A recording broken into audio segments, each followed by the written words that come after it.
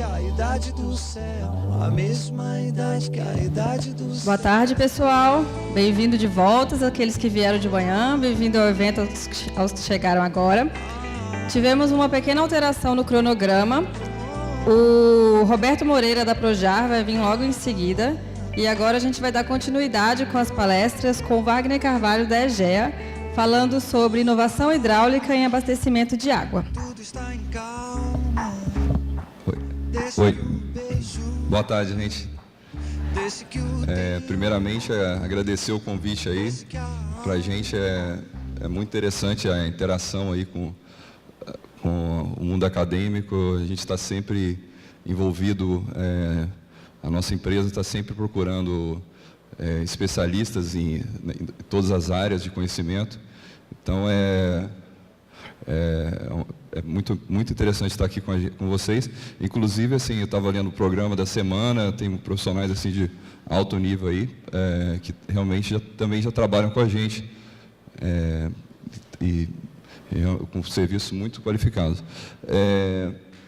Primeiramente, assim, eu aproveitei a oportunidade, quando eu recebi o convite da Mariana, de trazer aqui para vocês, assim, em primeira mão, assim, um trabalho que a gente está fechando agora, que a gente está concorrendo a um prêmio mundial, e a gente foi selecionado nessa modelagem hidráulica para concorrer agora em Londres, entre os 3 primeiros do mundo. Então, a gente vai concorrer com a empresa dos Estados Unidos e das Filipinas também, e agora início de novembro. Então, a gente está trabalhando agora, compilando esse material, e aí eu peço até para vocês assim, que eu vou explicar o que tá até os tópicos, assim, a gente deixou até, já está formatado em inglês, não deu tempo de fazer a tradução aí, mas é um tema que tem muito a ver com os desafios aí nosso de saneamento, principalmente na busca aí pela eficiência e o binômio aí de você conseguir abastecer e ao mesmo tempo consumir pouca energia. Aqui o trabalho, né, o projeto que foi qualificado o Water Master Plan for the região dos Lagos. A região dos Lagos do Rio de Janeiro, onde o Grupo AEGEA tem a concessão de saneamento de 5 municípios, e o nosso Water Master Plan é o nosso plano diretor de água, que a gente ficou mais de um ano trabalhando nele, e traçamos alguns horizontes de investimento até 2041. E a companhia lá da região, a gente chama de Prolagos, e ela está ligada ao Grupo AEGEA, que hoje é o terceiro maior grupo do Brasil no setor privado de saneamento. Aqui também a categoria, o evento e a categoria que a gente vai estar que a gente está qualificado lá dentro do Congresso, que é a inovação em análise de rede de água, que é através da modelagem hidráulica. Eles avaliam como que o bom uso, o grau de inovação que você atingiu no desenvolvimento da modelagem hidráulica.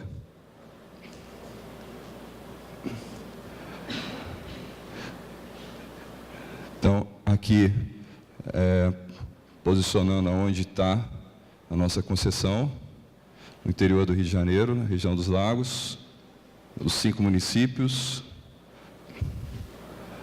e aí, traduzindo lá para os ingleses, né, que, apesar do nome Região dos Lagos, que a água que tem lá não é água doce, é água salgada. A lagoa que circunda os municípios da região, a lagoa hipersalina, o grau de salinidade é 6%, 2 vezes mais do que a água do mar. A característica de clima, semiárido, similar ao Nordeste brasileiro, apesar das regiões próximas lá tem uma característica mais, pluviosidade bem mais alta, a gente só tem 600 milímetros ano e distribuído num curto período. Então a gente fica praticamente 9 meses sem água. Então, a região está habitada, os municípios estão em volta aqui da Lagoa de Araruama, aqui tem a região de Arraial do Cabo, Cabo Frio, Búzios, e aqui nas proximidades realmente não tem água doce. Então, a gente tem que buscar essa água em outra bacia, que é na Lagoa de Jutunaíba. Então, é um desafio nosso aqui, 70 quilômetros, de buscar essa água e transportar com eficiência e com o menor custo de energia possível, né? Então, aqui só umas diferenciais do Brasil, né, para mostrar para eles em relação realmente a característica turística, mas sem água doce, que desenvolveu nesse cenário. E aí, o que o futuro realmente nos reserva? Uma situação, uma região que vive com uma população hoje estimada residente de 400 mil habitantes, mas que em temporada chega a 2 milhões. Como atender essa população? Fica realmente impraticável. A experiência que vocês têm aqui também, Ubatuba, Guarujá, vocês sabem realmente o que é passar um final de ano, às vezes, numa praia, né, não pode faltar água, né? Então, comparando as taxas de crescimento aí, com a região dos lagos com o Rio de Janeiro e Brasil, apesar de estar declinando a taxa de crescimento, a gente ainda está num patamar aí 3%, bem elevado. O dobro do Brasil, na média nacional, e comparando com o Reino Unido, 5 vezes mais, né?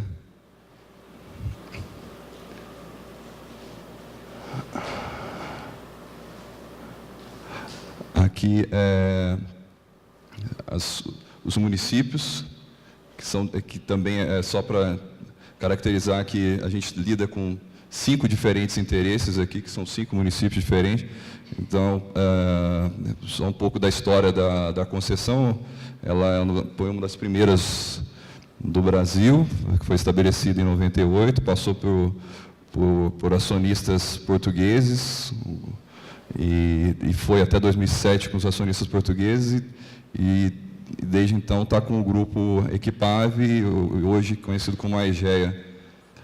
E essa concessão ela tem uma agência reguladora, que fica na capital do Estado, e também existe o Comitê de Bacia, que é o órgão que intermedia os interesses dos poderes concedentes, que são os 5 municípios, representantes dos 5 municípios são os poderes concedentes. Além disso, tem as ONGs, existem os representantes locais, de comunidades locais, e todos eles fazem parte dos fóruns lá de discussão, de comitê de bacia, de tomada de decisão com relação aos investimentos futuros da concessionária. E eles têm um principal interesse assim, de preservação da lagoa de Araruama, que é uma lagoa que foi revitalizada ao longo dos anos. Ela passou por um alto grau de degradação no início de 2000, e aí, quando foi inaugurada as estações de tratamento em 2005, ela recuperou a diversidade de espécies e quantidade também de camarão, assim, tem muita pesca aqui dentro. Aqui é só o organograma da AEGEA. Hoje tem 42 municípios espalhados no Brasil. A maioria dos municípios hoje estão aqui na região do Mato Grosso. São 24 municípios aqui. E tem aqui em São Paulo também, Piracicaba, Matão, Olambra agora, recentemente. E quem são os acionistas, né? É o Grupo Equipave, que é natural aqui de Campinas, uma construtora de pavimentação que tem mais de 50 anos de experiência. E ela estabeleceu e fundou a AEGEA em 2010. E hoje tem parcerias com o GIC, o Fundo de Singapura, mais o Banco Mundial. Mas o capital basicamente é brasileiro, mais de 80% é nacional. E aqui só simplificando a análise de quais são as concessões que estão linkadas ao grupo. Existem ao todo 42, 5 deles aqui na Prolagos, e os demais, de forma simplificada, assim, tem mais 37 municípios espalhados pelo Brasil, e que soma mais 2 milhões de habitantes.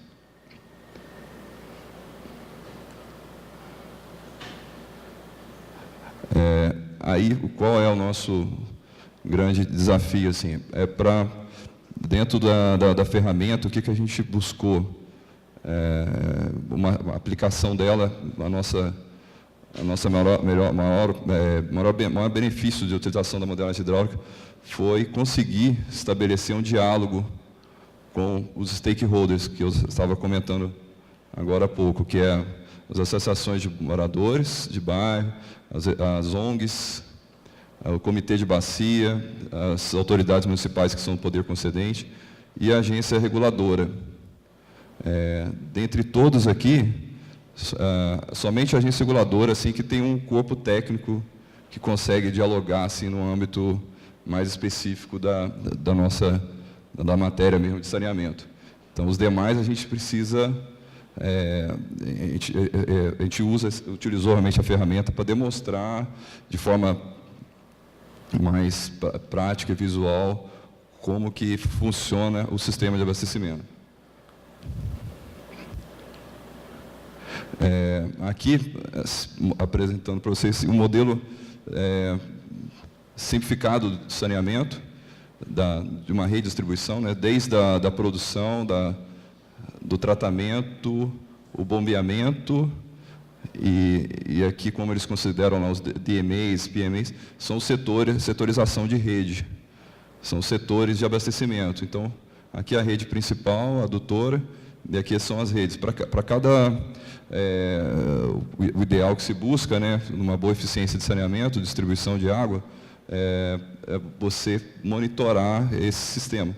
Então, você instalar válvulas e entrada nesses sistemas para monitoramento de vazão, esses bulk meters aqui, as válvulas redutoras de pressão, e para você gerenciar essa demanda com a menor pressão possível e sempre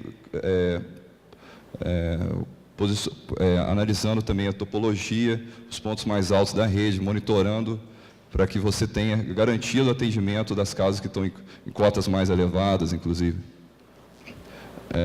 E aí, o que se busca nessa otimização do sistema? Para você gera, a partir desse controle, primeiramente, você faz um monitoramento, né, você está aqui só monitorando, você começa aqui, o que foi feito lá na região, a gente instalou o Centro de Controle Operacional. E o Centro de Controle Operacional, ele busca as informações de campo, através das transmissões que a gente usa lá, no caso nosso é via rádio. Então, esses dados, todos esses dados são transmitidos e alimentam o sistema SCADA. Esses dados são convertidos depois em informação para otimizações de pressão de válvula, e você também tem uma visão de GIS aqui para você entender essa espacialidade, como que está se comportando o seu sistema. Então, são milhões de informações aqui por segundo aqui sendo enviadas e interpretadas aqui dentro do SCADA. Aí entra aqui a modelagem hidráulica. Qual é o papel da modelagem hidráulica aqui nesse sistema? Ele receber e interpretar todos esses dados de campo e gerar em cima disso uma realidade virtual para você criar espelhar o que está dentro de campo, para você poder interagir e tomar decisão no modelo, ao invés de ficar fazendo situações de campo e aprender com o erro, né? Mas essas informações, então, esses dados, né, que são bancos de dados, são recebidos, elas são interpretadas. Então, aqui realmente é o conceito de Big Data, aqui, porque são muitos dados que você recebe, muito volume, velocidade, variedade de informação, e depois ele consegue criar uma visualização para todo esse sistema, uma visualização bem amigável para esse sistema. Então, é isso que... E, além disso, ele trabalha com algoritmo genético, consegue interpretar a melhor decisão no fechamento de válvula, no liga e desliga de bomba, que nós temos muitas bombas trabalhando em paralelo nos nossos boosters. Então, faz muita diferença você trabalhar com 2 bombas assim, sem necessidade. Então, essa gestão de pressão, trabalhar com essa incerteza que existe hoje na demanda, de forma mais otimizada, ele consegue fazer isso muito melhor do que qualquer operador, né? Então, a ferramenta que foi usada é a empresa que está promovendo, inclusive, o evento lá, que é a Bentley, que é o maior fornecedor de software hoje no mundo, que ela é americana. Aí nós utilizamos o software denominado WaterGens. E aí os resultados, aqui demonstra assim, o que ele faz. Ele recebe os dados aqui de todos os modelos hidráulicos, ele funciona como um filtro, e ele otimiza o seu sistema, você consegue estabelecer novas rotinas de bomba, reduz o consumo de energia.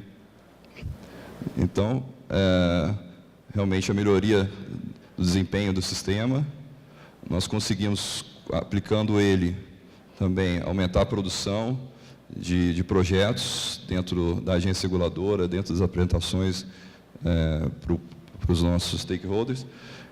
E, então, 5 vezes mais do que a gente fazia anteriormente, estabelecendo assim, uns 30 cenários por semana. Então, aumentou com essa interação com novos cenários e a participação e interface melhor com os stakeholders, a gente conseguiu maior engajamento deles,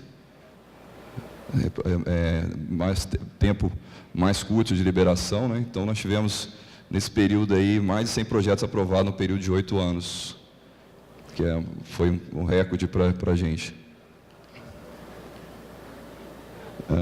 Aí aqui, a gente quebrando o nosso sistema, estratificando aí o nosso sistema, desde da Lagoa de Jutonaíba, os consumos de energia para cada etapa do processo, da captação, 0,067 kWh metro cúbico, na estação de tratamento 0,01, que não é significativo, aqui sim é significativo, na adutora 0,926 kWh metro cúbico, e depois na redistribuição até o usuário final 0,12. Então, o objetivo é encontrar, a modelagem hidráulica auxilia nessa tomada de decisão de encontrar os gargalos do sistema. Então, aonde está o nosso gargalo, onde a gente consome muita energia? Realmente é nessa fase aqui do processo, que nós temos aqui uma distância bem longa, mas ela pode ser melhor, pode ser mais eficiente. A gente enxerga um potencial dela ser mais eficiente, esse transporte. Então, hoje, dos 4 grandes boosters do sistema, esses 4 grandes boosters do sistema que estão ligados a essa adutora, elas correspondem por 78% do consumo de energia. E hoje, o patamar nosso de OPEX, nossas despesas, 34% já é energia. Então, ultrapassou a folha de pessoal. Então, era no nosso segundo indicador, era um patamar aqui de 20%, e agora já chegamos a 34%. Também nós tivemos, nesse período aí recente, né, a elevação do preço da energia também no Brasil. Então, aqui mostrando um pouco de como a ferramenta que a gente aplica lá há quase 10 anos, como que ela ajudou na evolução do sistema. Desde 2007, quando a gente estava com o sistema capacitado na vazão máxima de 740 litros por segundo. Aí, 2008, chegou próximo a 1.000 litros por segundo, através de uma intervenção de recuperação de adutora, também indicado pelo software, porque o desafio é você tem que intervir, mas aonde intervir no sistema hidráulico que tem mais de 2.000 quilômetros de malha de rede? Aí, o outro marco também foi lá em 2009, quando o sistema já atingiu 1.150 litros por segundo, e aí foi quando foi construída uma nova adutora, uma primeira etapa de uma adutora. Em 2011, chegou a 1.300, uma outra adutora. E, finalmente, em 2014, quando chegou a 1.500, quando foram instalados novos reservatórios, novas bombas e também sistema de proteção contra transiente hidráulico também para proteger de rompimentos. Então, aqui a característica do sistema modelado aqui é a rede adutora e a rede que é lançada em cima do mapa de satélite, aqui as unidades de bombeamento, e essas cores aqui representam, no modelo hidráulico, quando relacionada à perda de carga. Onde está verde, realmente a perda de carga não é relevante, mas nesse trecho aqui que está em azul e até mesmo laranja aqui, é onde você tem uma perda de carga bem elevada, está em torno de 10 metros por quilômetro, que já é um indicativo de você pensar em uma nova adutora. Aí aqui algumas singularidades do sistema, que foi modelado, só de malha de rede de distribuição tem mais de 2.000 quilômetros, de adutora 300 quilômetros, a distância, né, até o manancial 70 quilômetros, 4 grandes boosters no caminho, que são desde a ETA aqui no meio do caminho também até essa outra região também aqui, que já é em direção a Tamoios. A população residente, 400 mil, e a temporada de 2 milhões. Então, quando fica a população aqui, você tem que ainda trabalhar com essa flutuação de 5 vezes a população com o mesmo manancial, com a mesma infraestrutura. Então, aqui você pode escalonar uma estratégia de bombas para que o sistema fique mais eficiente. Isso aqui, ele rodando no máximo dele, que é 1.500, e aqui representa em verde as bombas que estão ligadas, em vermelho que estão desligadas. Então, aqui só para demonstrar, assim, tem muita informação aqui, mas é demonstrar as pressões, são tudo monitorado, então, mas é um modelo simplificado, o fluxograma de todo o sistema. A água, realmente, ela sai desse lado esquerdo aqui, e vai sendo bombeado ponto a ponto. Então, as condições de bomba que você estabelece aqui estão diretamente relacionadas ao seu consumo de energia. Então, aqui a curva de eficiência do sistema e a curva da bomba. A diferença aqui mostra que você tem um potencial de ser mais eficiente. Então, todas essas bombas em paralelo aqui, ela tem essa curva e essa curva da bomba aqui. Então, esse aqui é do modelo, demonstrando para cada unidade quanto que consome, e para